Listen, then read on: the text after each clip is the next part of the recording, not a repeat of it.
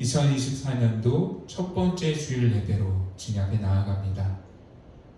이 예배 가운데서 주님 영광 받아주시고 또 예배 가운데 약속한 한량없는 주님의 은혜를 우리 고백교회의 모든 식구들이, 모든 성도들이 충만하게 누리며 받게 하여 주시옵소서. 우리 그것을 놓고 함께 기도하며 나아가겠습니다. 기도합니다.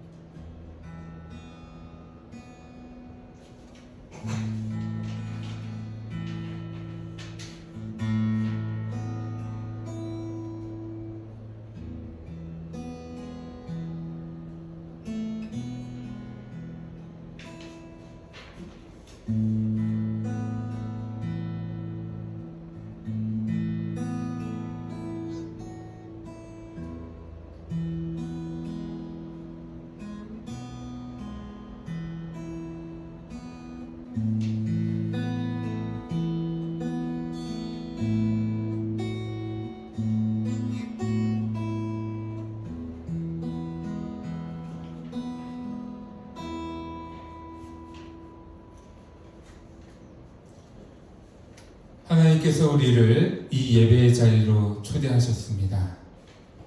우리의 도움은 천지를 지으신 여호와의 이름에 있도다. 아멘. 이 시간 잠시 우리를 예배의 자리로 부르신 그 하나님의 뜻을 생각하시면서 또 예배의 은혜를 기대하시면서 묵상하는 시간 갖도록 하겠습니다. 묵상합니다.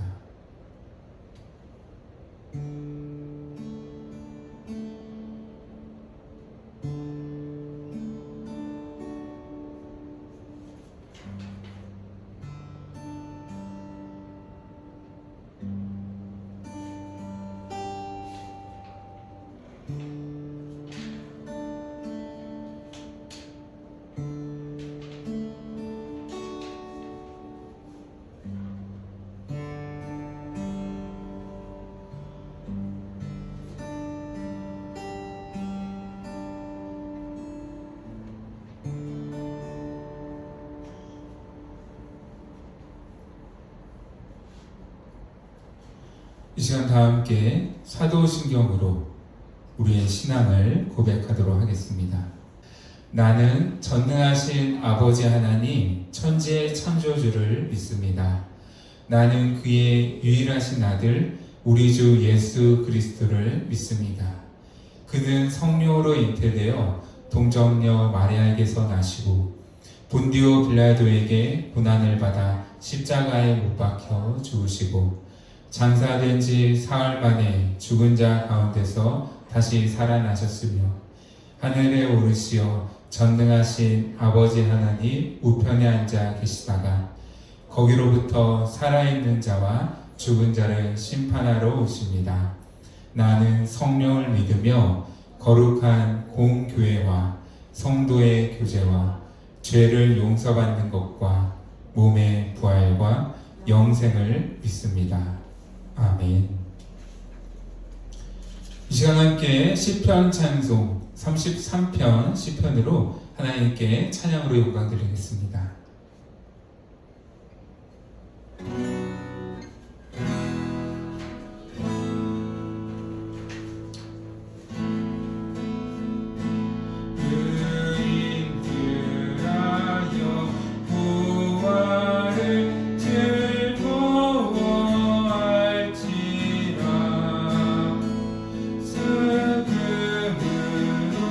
찬송하며 감사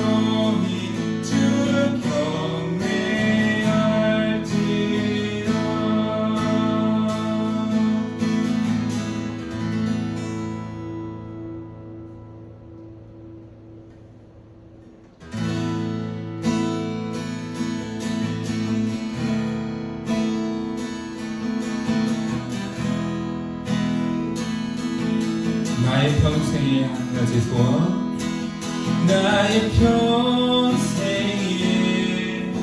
한 가지 소원, 주의 아름다우신 보며 사랑 노래하는 것, 나의 왕 되신 주님의 얼굴 구하며 주 사랑 안에 머물러 사랑 노래합니다.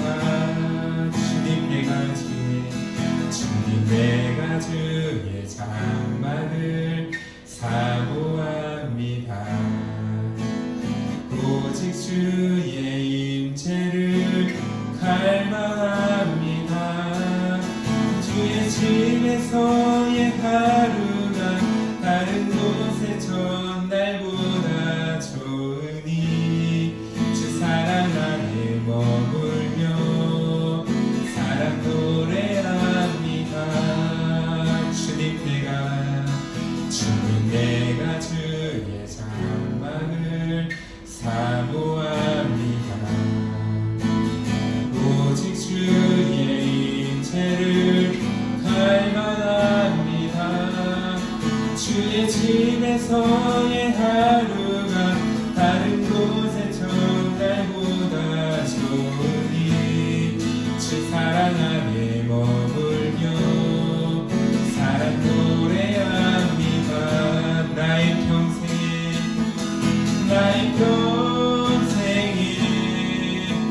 한 가지 소원, 주의 아름다우신 보며 사랑 노래하는 것,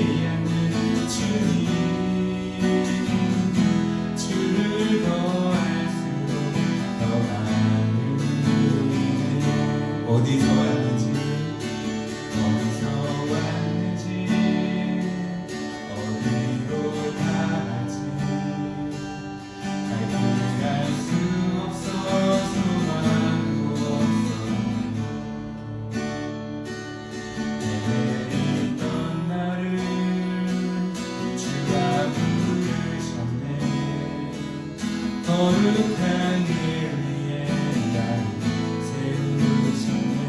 어디서 왔는지 너희도 다 알지. 갈 길 알 수 없어 소망도 없었네. 내리던 나를 주가 부르셨네. 거룩한 길 위에 나를 세우셨네. 내 삶에 오셔서 길이 되신 주님, 주를 더 알수록 감사할 수 있네. 내 모든 걸음에 동행하는 주님, 주를 더 알수록 새하기 내가네. 내 삶에 오셔서 길이 되신 주님, 주를 더 알수록 감사할 수 있네. 내 모든 걸음에 동행하는 주님, 주를 더 알수록 새하기 내가네. 무너진 마음을 위로하신 주님, 주를 더 알수록 만족할 수 있네. 붙드신 내 손을 놓지 않는 주님, 주를 더 알수록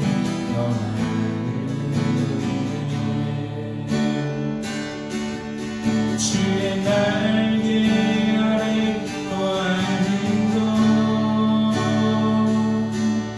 주의 임재 안에 거하는 것, 나의 가장 큰 소망, 나의 가장 큰 은혜,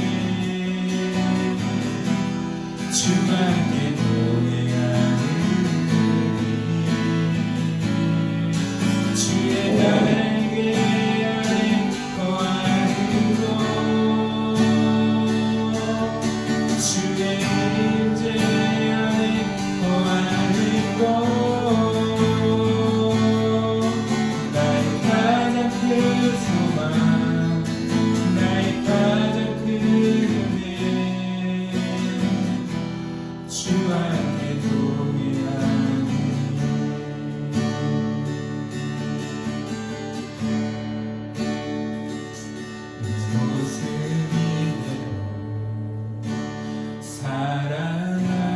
사랑하시네.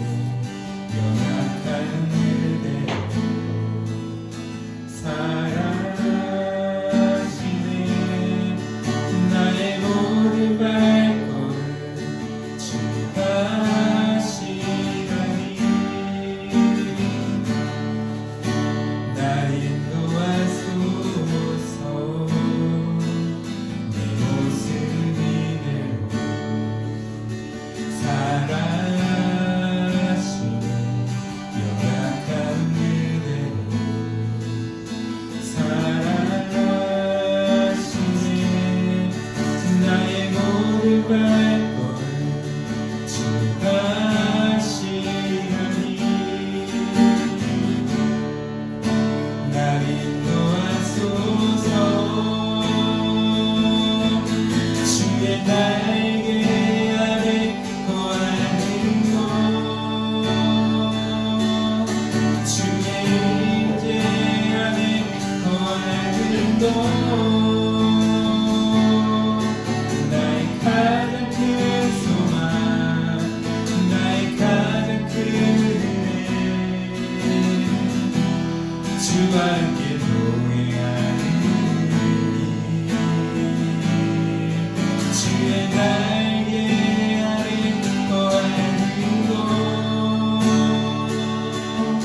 주의 임재 안에 거하는 것,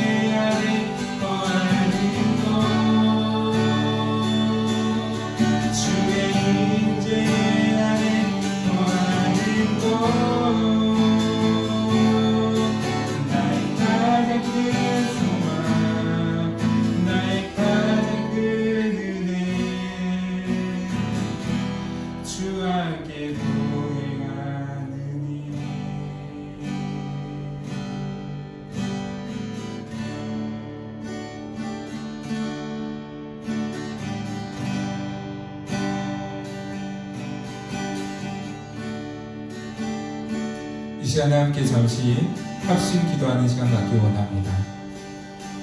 매해 첫째 주에는 교회 공동체를 위해서 기도하기 원합니다. 하나님께서 우리에게 고백교회를 선물해 주셨고, 이 교회를 통하여서 하나님을 예배하고 또 주의 말씀을 배우고 이 세상 가운데 하나님의 나라를 선포하며 전하게 하셨습니다. 너무나도 좋은 교회와 또 공동체를 허락하여 주시는 감사함으로 이 한 해 동안에 하나님께서 우리 교회를 늘 은혜 가운데 인도해 달라고, 또 사랑으로 채워달라고, 또 더욱더 하나 되는 교회 되게 해달라고 이 시간에 함께 합심하여 기도하며 나가겠습니다. 기도합니다.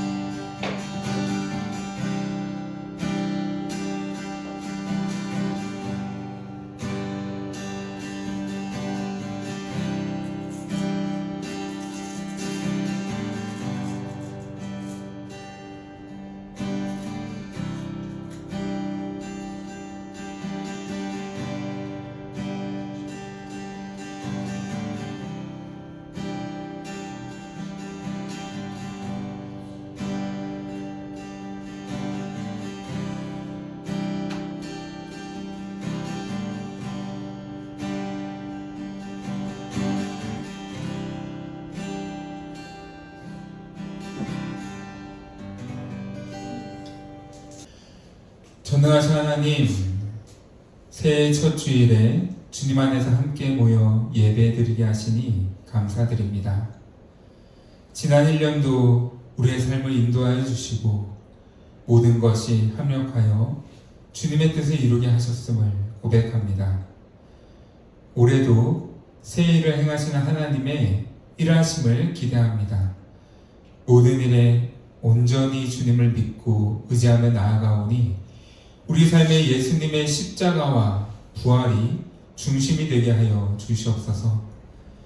그리하여서 주님을 더 사랑하게 하시고 주님을 더 닮아가게 하시며 우리의 교회와 모든 가정과 또 직장과 일터가 주님의 복과 은혜를 충분하게 누리는 그러한 한 해가 되게 하여 주시옵소서. 사랑하는 하나님, 오늘도 우리가 진리의 말씀 앞에 섭니다. 전하는 자나 듣는 자 모두 겸손한 마음으로 주님의 말씀을 받게 하시고 말씀의 가르침을 따라 순종함으로 하나님께는 영광을 올려돌리며 이웃들에게는 복의 통로가 되는 삶을 살아가는 우리 모두가 되게 하여 주시옵소서. 이 모든 것 예수님의 이름으로 기도합니다. 아멘.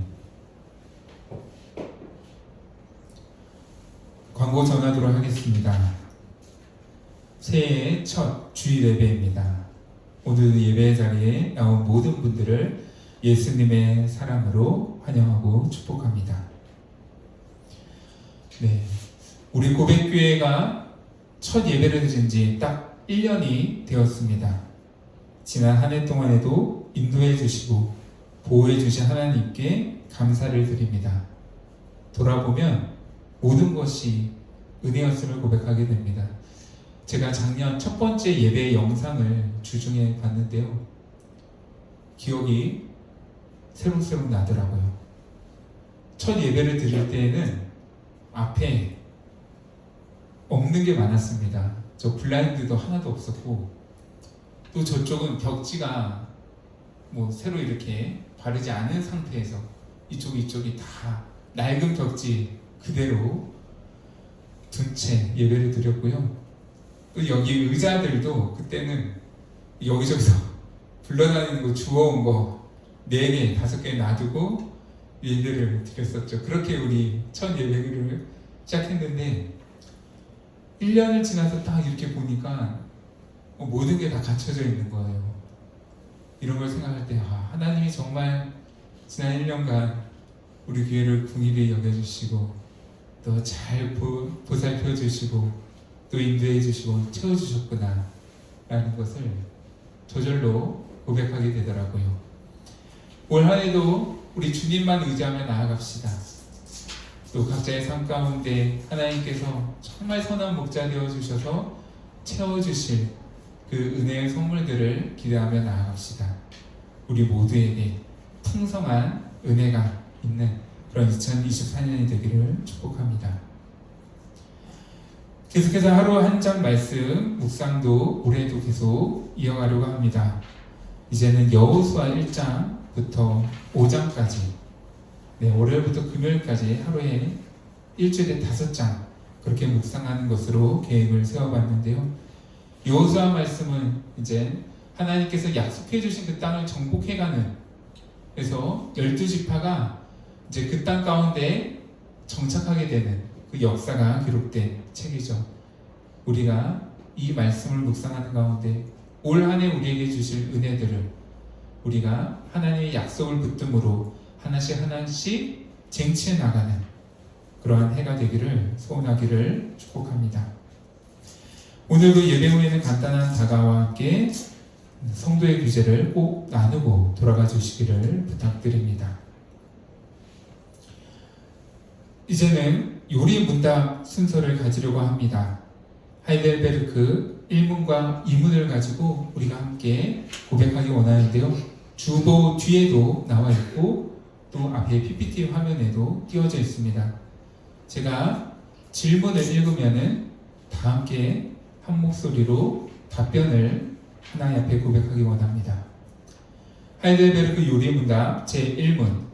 사나 죽으나 당신의 유일한 위안은 무엇입니까? 함께 읽겠습니다. 사나 죽으나 나는 나의 것이 아니고 몸과 영혼이 모두 미쁘신 구주 예수 그리스도의 것입니다. 주께서 보배로운 피로 나의 모든 죄값을 치러주셨고 마귀의 권세로부터 나를 자유하게 하셨습니다. 또한 하늘에 계신 아버지의 뜻이 아니고는 나의 머리털 하나도 상하지 않듯이 주는 나를 지켜주십니다. 실로 이 모든 것이 합력하여 나의 구원을 이룹니다. 내가 주의 것이기에 주께서 성령으로 말미암아 영원한 생명을 보증하시고 나의 온 마음을 다하여 기꺼이 주를 위하여 살게 하십니다. 이것이 나의 유일한 위안입니다. 제2문. 이러한 기쁜 위안 속에서 살고 죽기 위하여 당신이 알아야 할 것은 무엇입니까? 함께 읽겠습니다. 3가지가 있습니다. 첫째, 나의 죄와 그 비참이 얼마나 심각하며, 둘째, 어떻게 그 죄와 비참에서 벗어나며, 셋째, 어떻게 구원을 주신 하나님께 감사를 드릴 것인가 하는 일입니다.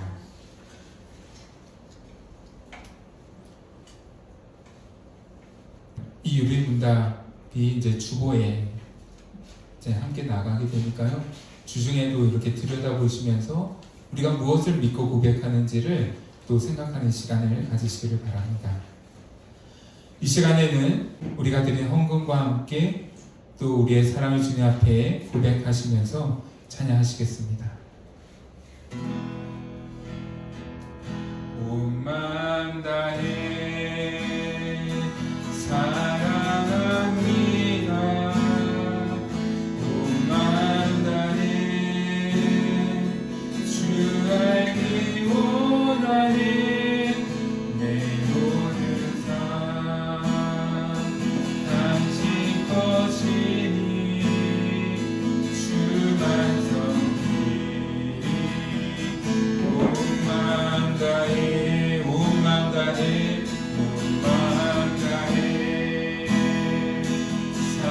사랑합니다. 온 마음 다해 주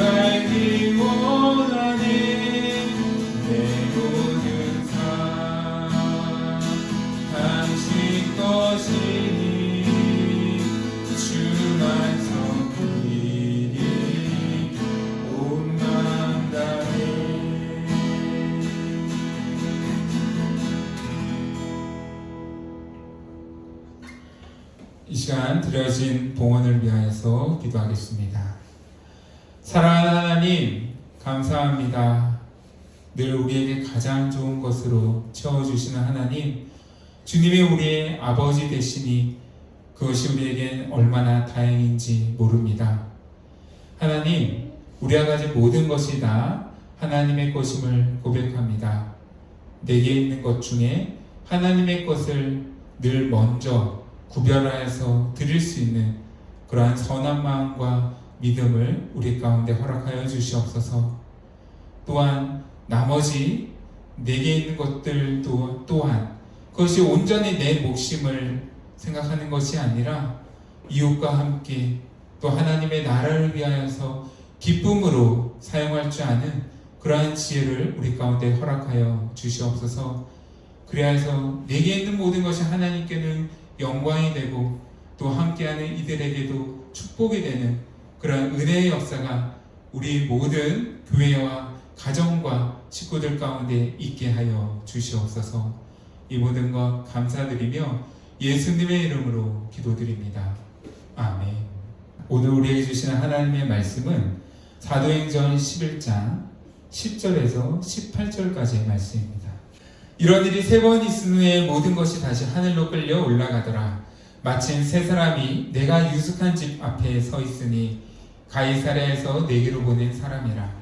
성령이 내게 명하사 아무 의심 말고 함께 가라 하시매 이 6 형제도 나와 함께 가서 그 사람의 집에 들어가니 그가 우리에게 말하기를 천사가 내 집에 서서 말하되 내가 사람을 요바에 보내어 베드로라 하는 시몬을 청하라. 그가 너와 내 온 집이 구원받을 말씀을 내게 이르리라 함을 보았다 하거늘 내가 말을 시작할 때 성령이 그들에게 임하시기를 처음 우리에게 하신 것과 같이 하는지라. 내가 주의 말씀에 요한은 물로 세례를 베풀었으나 너희는 성령으로 세례를 받으리라 하신 것이 생각났노라. 그런즉 하나님이 우리가 주 예수 그리스도를 믿을 때에 주신 것과 같은 선물을 그들에게도 주셨으니 내가 누구에게 하나님을 능히 맡겼느냐 하더라.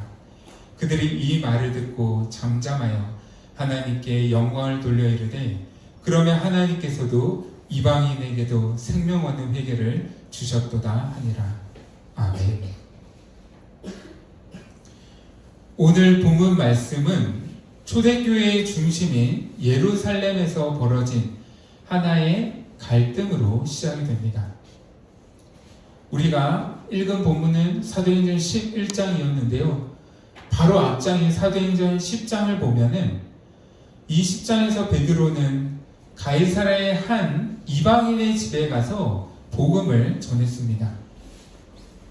그런데 이 일을 놓고 불만을 가진 그래서 베드로를 비난하는 무리가 예루살렘 교회 가운데 있었습니다. 당시 유대인들은 할례받지 못한 이방인과 어울리는 것은 전통적인 관습에 어긋나는 일이다 라고 생각을 했습니다. 그런데 그 일을 베드로가 한 것을 놓고 그를 비판하는 사람들이 생겨났던 것이죠. 그래서 베드로가 그 이방인의 집에서 떠나와 다시 예루살렘으로 돌아왔을 때 오늘 성경을 보면 할례자라고 표현된 한 성도의 무리가 이방인과 함께 식사도 하고 또 그들에게 복음을 전한 베드로를 공개적으로 비판하고 나섰습니다. 오늘은 이러한 상황 가운데서 베드로가 어떻게 대응했는지를 함께 살펴보면서 하나님의 은혜를 나누기 원합니다. 먼저 우리가 함께 읽은 본문의 내용은 전부 다 베드로의 해명의 말로 이루어져 있습니다. 그러니까 자기가 한 행동에 대해서 비난하고 있는 그 무리들을 향하여서 베드로는 자기가 왜 그 일을 했는지, 왜 할 수밖에 없었는지를 차례대로 차근차근 자세하게 설명하는 내용이 우리가 읽은 본문 11장의 내용입니다. 그런데 바로 이러한 모습 하나하나 차례대로 설명하고 있는 이 베드로의 태도와 자세를 우리가 볼 때 좀 놀라워할 필요가 있습니다. 왜냐하면 당시 초대교회 베드로의 위상이 어떠했을까요? 이제 막 교회가 세워지고 그리고 복음이 전파되면서 믿는 무리들이 생겨나기 시작했어요.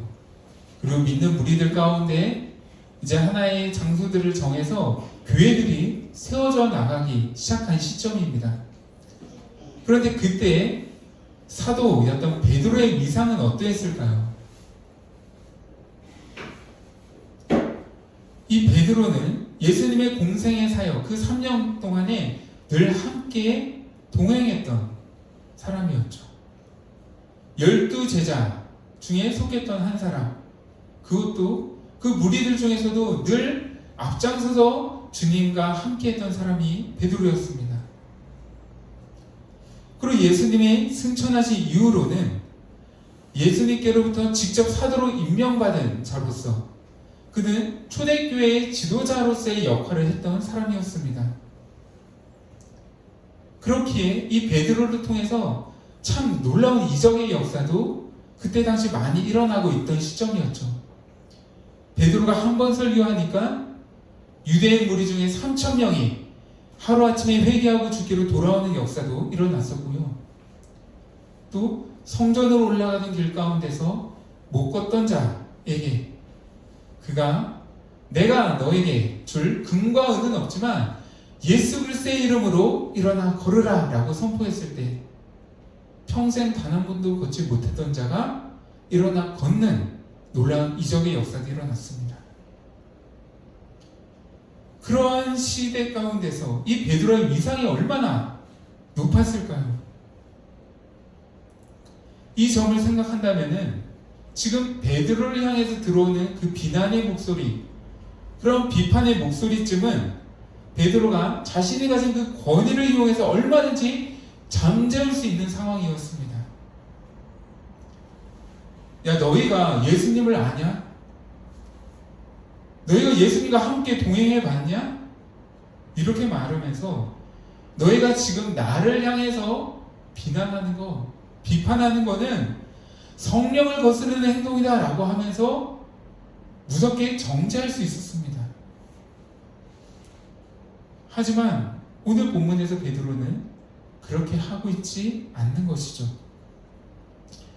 자신을 향해 비난하는 무리들을 자기가 가진 권위로 찍어 누리려 하지 않았습니다. 베드로는 복음을 통해서 변화되었습니다.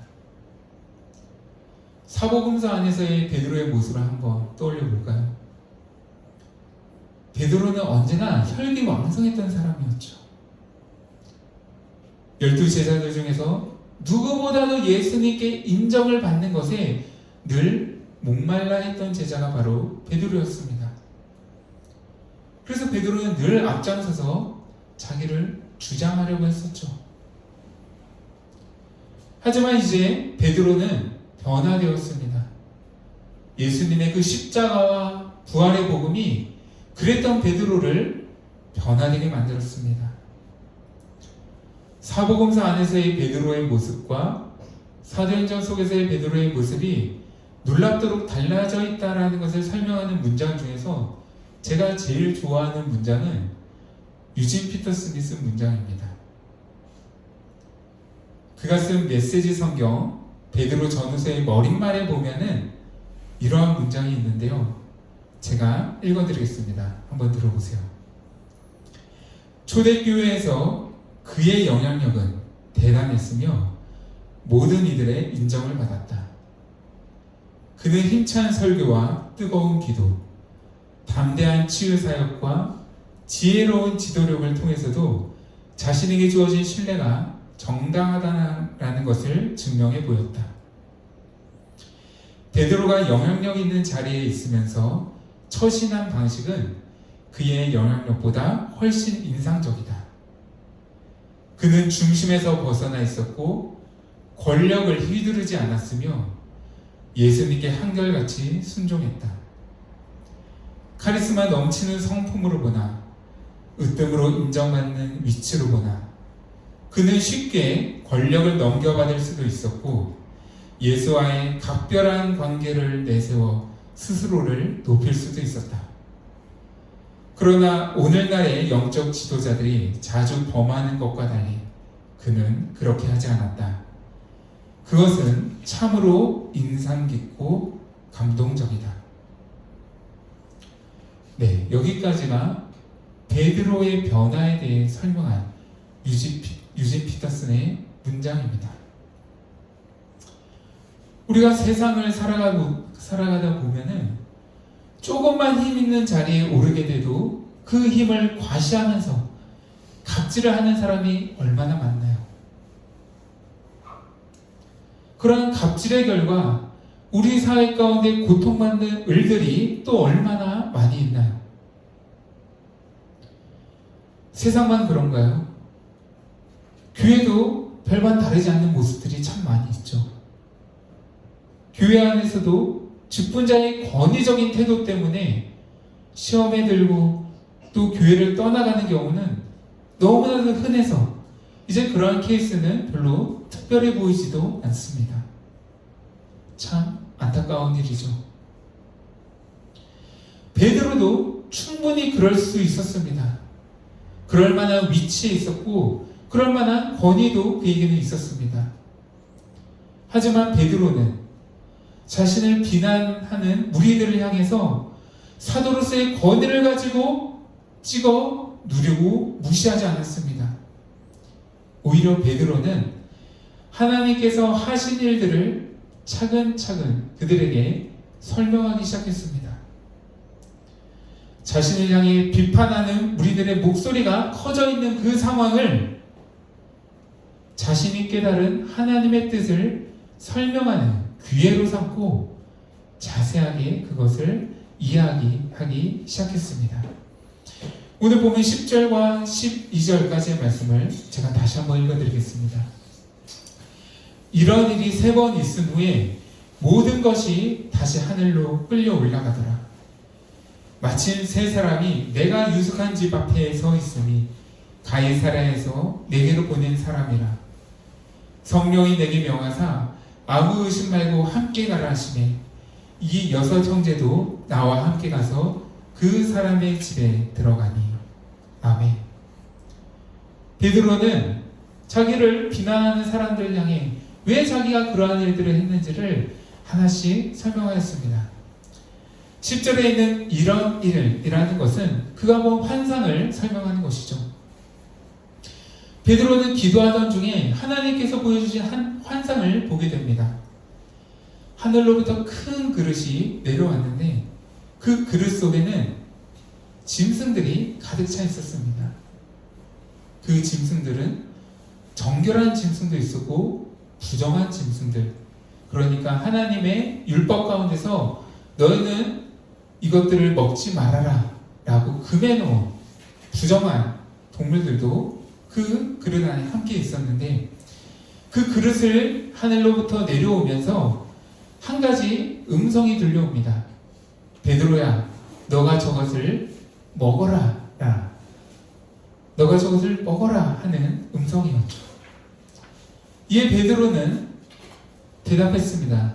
주님, 저는 부정한 입을 내가 먹지 않겠습니다 라고 대답했습니다. 그때 다시 한번 하늘의 소리가 들려왔죠. 하나님께서 깨끗하게 하신 것을 너가 속되다고 하지 말아라. 이 환상이 3번이나 반복이 되었습니다. 그래서 베드로는 이 환상이 무슨 의미인가를 이해하지 못해서 깊이 고민하던 중에 있을 때 11절 말씀이죠. 마침 3사람이 베드로를 찾아옵니다. 베드로가 머물고 있는 집에 찾아와서 그가 우리와 함께 갈 곳이 있다라고 이야기를 합니다. 그리고 나서 바로 12절에서 설명하듯이 성령님께서 음성을 통해서 다시 한번 확인해 주시죠. 너가 아무것도 의심하지 말고 그들과 함께 가라. 성령님이 명령하십니다. 그래서 베드로는 순종해서 그 일들을 했던 것이죠. 16절까지 자기가 왜 그 일들을 할 수밖에 없었는지를 쭉 설명했는데요. 이 베드로의 설명을 종합해서 정리해보면은 우리는 2가지 사실을 알 수 있습니다. 첫 번째는 베드로는 지금 50km나 되는 아주 먼 길을 갔다 왔어요. 그가 머물고 있던 곳에서 하루길이나 되는 길을 가서 복음을 전하고 왔습니다. 그런데 베드로의 말은 지금 뭐라고 이야기를 하고 있냐면은, 나는 나 스스로도 내가 뭘 해야 하는지, 왜 가야 하는지, 누구를 만나야 하는지, 또 그 사람을 만나서 무엇을 해야 하는지 아무것도 모른 채로 그 일을 했다라고 설명하는 것입니다. 나는 내가 계획하고 일을 한 것이 아니다. 내가 의도해서 한 일이 아니다.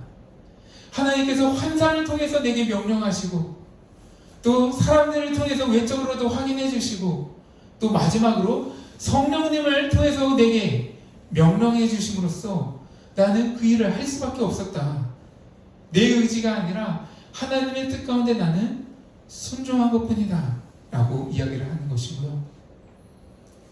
또 베드로의 말을 종합해 보면 두 번째, 베드로는 자기가 경험한 일에 대해서 이렇게 이야기를 합니다. 나는 도착하고 나서야 내가 이곳에 온 목적이 하나님의 일, 그러니까 복음을 전하는 것을 하기 위해 나를 이곳에 불렀다라는 것을 알게 되었고, 그래서 내가 그 뜻 가운데 순종해서 복음을 설명하니까 놀랍게도 우리가 이전에 경험했던 그 역사가 그 이방인의 집에서도 동일하게 일어난 것을 내가 경험하게 되었다라는 것을 설명합니다. 여기에서 베드로가 말한 우리가 경험했던 것은 오순절날 성령이 임하셔서 모든 믿는 무리들 가운데서 성령의 은사, 방언의 은사가 터졌던 것을 이야기하는데요. 베드로가 이방인의 집에 가서 복음을 전했을 때 그 일도 동일하게 일어났던 것입니다. 이방인의 가족들 중에서 성령을 받고 방언을 하며 예수 그리스도를 믿음으로 구원을 받는 역사가 일어나게 되었던 것이죠. 베드로는 이렇게 두 가지로 내가 주도한 일이 아니라 하나님이 주도하신 일이다. 그리고 그것 가운데서 내가 순종함으로 복음을 전했을 때 하나님의 놀라운 역사가 이방인들에게도 일어나기 시작했다라고 한 이야기를 전합니다. 그러면서 마지막으로 17절에서는 아주 중요한 이야기를 합니다. 17절 말씀도 제가 한 번 더 읽어드리겠습니다. 그런즉 하나님이 우리가 주 예수 그리스도를 믿을 때에 주신 것과 같은 선물을 그들에게도 주셨으니 내가 누구에게 하나님을 능히 맡겠느냐 하더라. 아멘. 이 17절에서 베드로는 자신을 비난하는 자들이 가진 잘못된 생각과 고정관념을 바로잡는 일을 합니다. 그 잘못된 관념은 사실 베드로도 갖고 있었던 관념이었죠. 이방인들에게는 복음을 전할 필요가 없다라는 생각. 아브라함의 자손이 아닌 이방인들은 구원을 받을 수가 없다라는 생각. 그 생각을 베드로는 자신이 한 그 경험을 통하여서 그것이 잘못됐다라는 것을 깨닫게 되었고, 이제 자기를 비난하는 무리들을 향해서도 그것은 잘못된 생각이야. 그것은 우리가 가진 잘못된 전통과 관습이야. 하나님의 뜻은 그게 아니야. 라는 것을 이 구절 가운데서 설명합니다. 지금 우리가 볼 땐 너무나도 어이없는 생각이죠.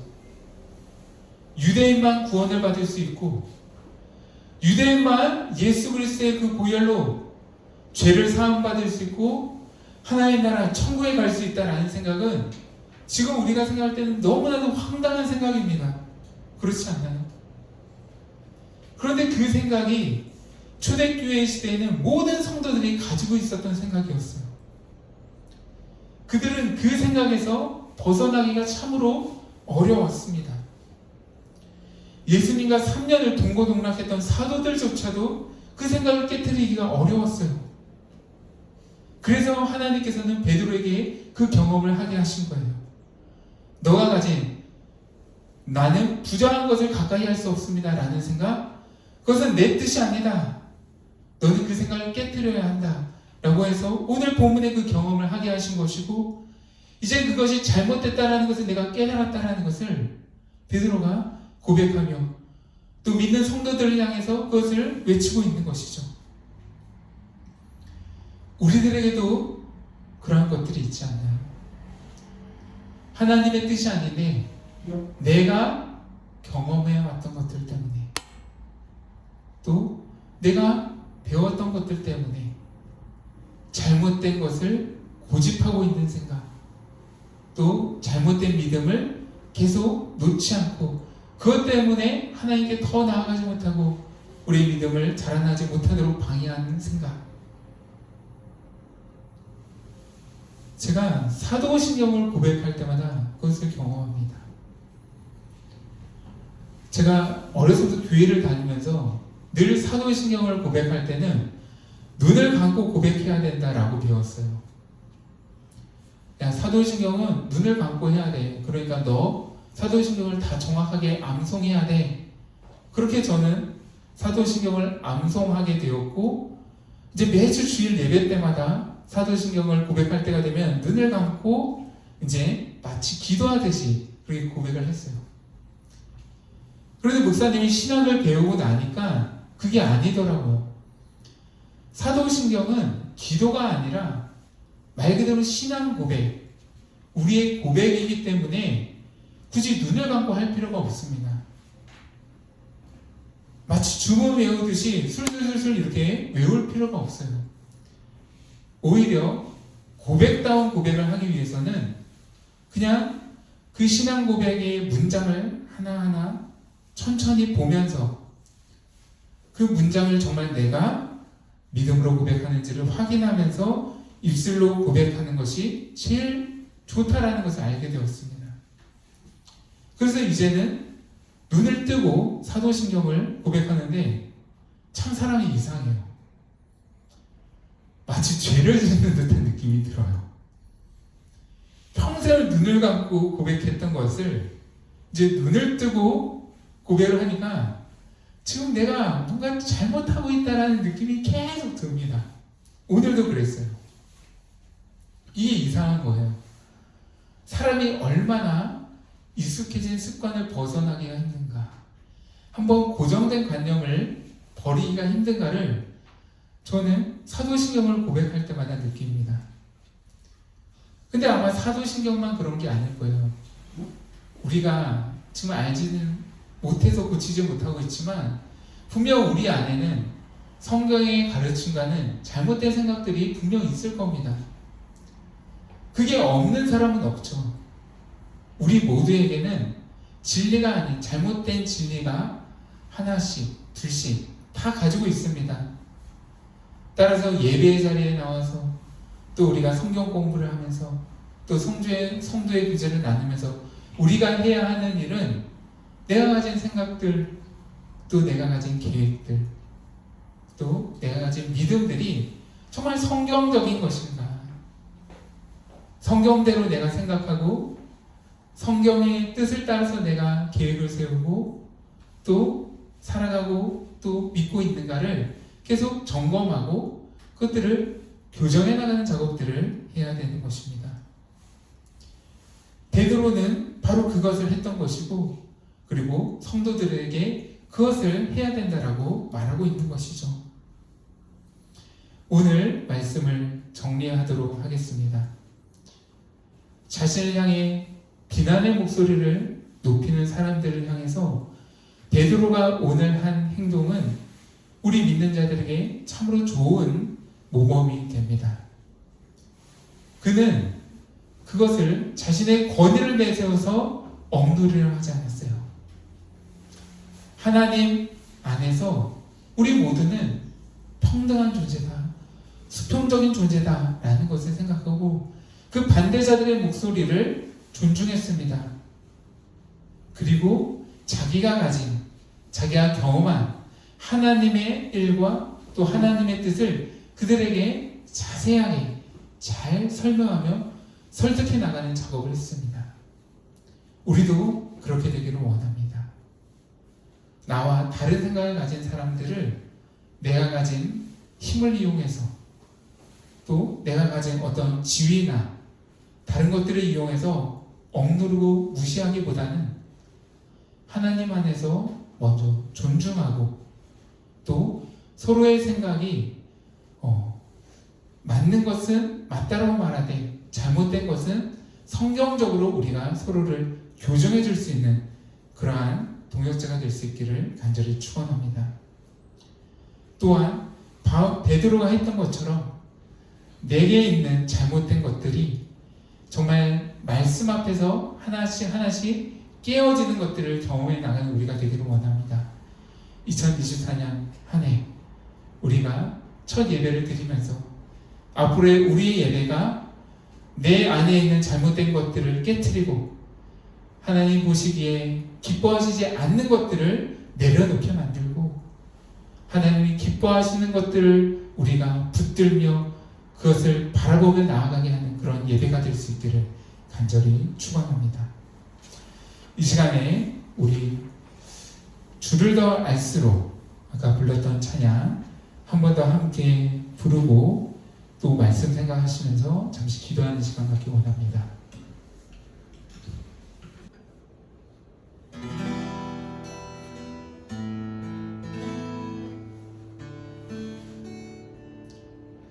어디서 왔는지 어디로 향할지 갈 길 알 수 없어 소망도 없었네. 헤매이던 나를 주가 부르셨네. 거룩한 길 위에 나를 세우셨네.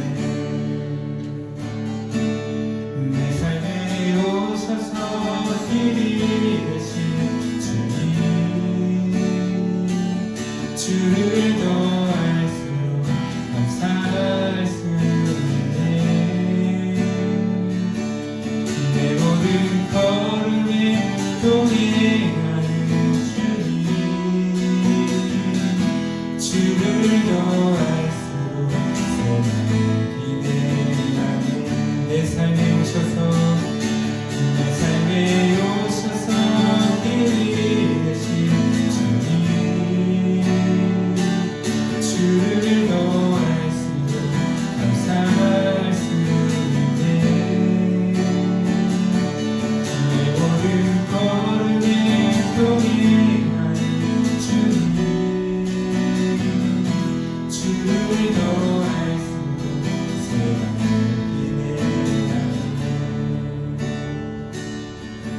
이 시간에 함께 받은 말씀과 또 다른 의미 생각하시면서 기도하는 시간 갖기 원합니다. 기도하겠습니다.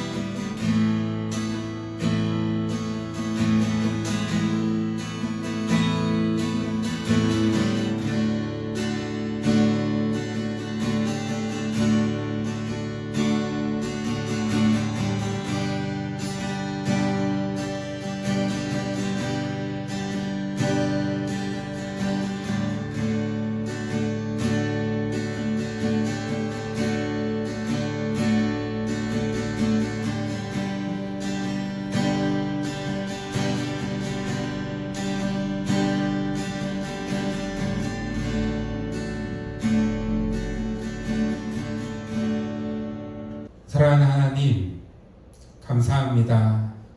주님의 말씀이 우리의 길이 됩니다. 우리도 성령을 따라 행하는 자 되기를 원합니다.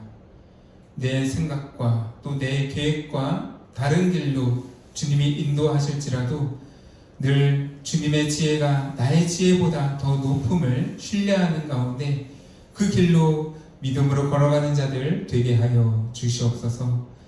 하나님, 우리가 받은 구원의 은혜가 얼마나 놀라운 은혜인지요.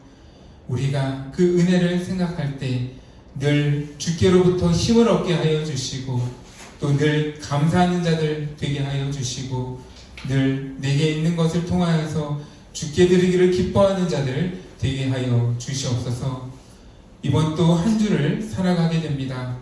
부르신 자리 가운데서 신자로서의 명예와 책임을 생각하며 말씀을 따라 행하는 자들 되게 하여 주시고, 그렇게 할 때 우리가 속한 모든 영역들이 그 안에 있는 갈등이 찬양으로 바뀌는 놀라운 은혜의 역사가 일어나게 하여 주시옵소서. 이 모든 것 감사를 드리오며 예수님의 이름으로 기도드립니다. 아멘. 강복선언으로 예배를 마치도록 하겠습니다. 여호와는 내게 복을 주시고 너를 지키시기를 원하며, 여호와는 그의 얼굴을 내게 비추사 은혜 베푸시기를 원하며, 여호와는 그 얼굴을 내게로 향하여 드사 평강 주시기를 원하노라. 아멘.